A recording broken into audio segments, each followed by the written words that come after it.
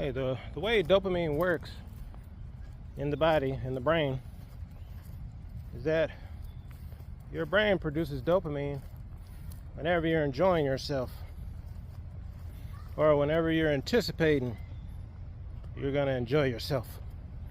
So even if you're thinking about your trip next month, you're counting down, and you imagine how the trip is going to be, sometimes what you're imagining in your mind is better than even how the trip turned out. So dopamine is really like a reward center for even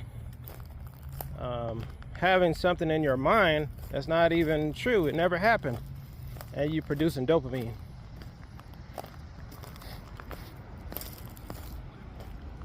And your body produces this chemical.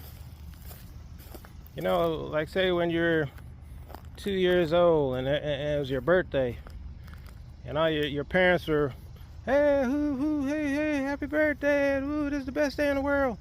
And your brain produced a chemical mixture of dopamine that you're never going to be able to produce again.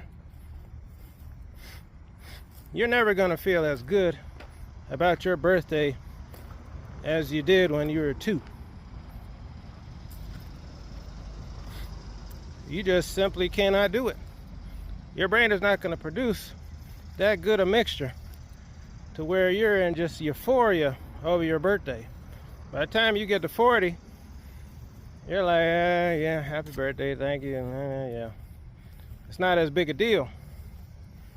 So you got to come up with things that make you feel that way, or at least get as close as you can.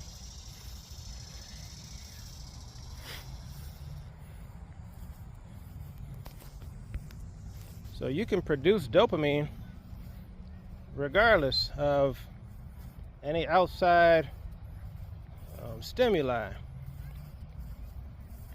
You can produce it in your mind just thinking about something, just anticipating something.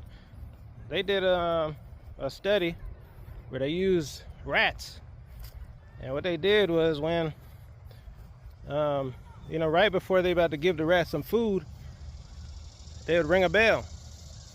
So the rats eventually knew that every time that bell rang,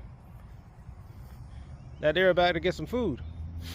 So they were checking their dopamine levels, and their dopamine was coming in pretty good. But what they did was they changed it up